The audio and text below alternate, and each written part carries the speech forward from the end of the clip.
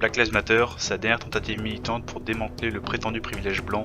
Autour du décès de George Floyd aux mains d'un policier blanc, c'est tout le débat autour des violences policières qui laisse place au débat sur un supposé racisme systémique. Black Lives Matter a déjà largement prouvé sa nature violente. Les centaines de scènes d'émeutes, de pillages, de lynchages et d'affrontements féroces avec les forces de l'ordre ont éclaté sur le territoire américain. À la colère afro-américaine s'est agrégée la violence de l'ultra-gauche, trop contente de pouvoir tromper son ennui petit bourgeois en bondissant à la rescousse de la minorité opprimée du moment.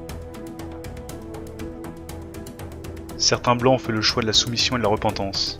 Ils se sont prosternés, agenouillés, vautrés dans l'ethnomasochisme et la honte de leurs racines.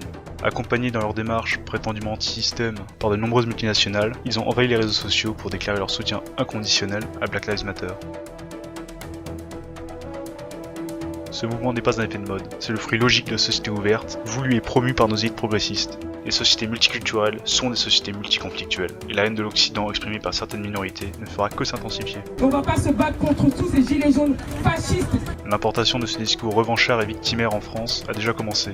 Des propos similaires à ceux du collectif Adama ou du rap Pendez les Blancs vont se multiplier, à l'instar des agressions gratuites à l'encontre des Français qui, elles, tuent déjà depuis de trop nombreuses années. Contrairement à ce que prétend la doxa progressiste, cette attitude est dirigée vers l'ensemble du monde européen, et pas uniquement vers d'anciennes puissances coloniales. Les Suédois ne seront pas davantage épargnés que les Américains ou les Français. Nous savons ce qu'il y a derrière Black Lives Matter. Nous avons tous grandi dans le culte de la diversité, et aujourd'hui nous n'y croyons plus. Camarades français et européens, ne vous laissez pas submerger par la culpabilisation ou la résignation. Gardez la foi ou gardez confiance, mais surtout, rassemblez-vous. Rassemblez-vous, car l'espoir restera présent aussi longtemps que nous serons debout. Voici venue l'heure de prouver notre amour à notre civilisation. Vous n'êtes pas seul.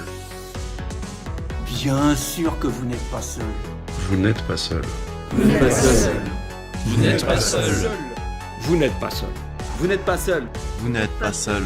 Vous n'êtes pas seul. Vous n'êtes pas seul. Vous n'êtes pas seul. Vous n'êtes pas seul. Vous n'êtes pas seul. Vous n'êtes pas seul. Vous n'êtes pas seul. Vous n'êtes pas seul.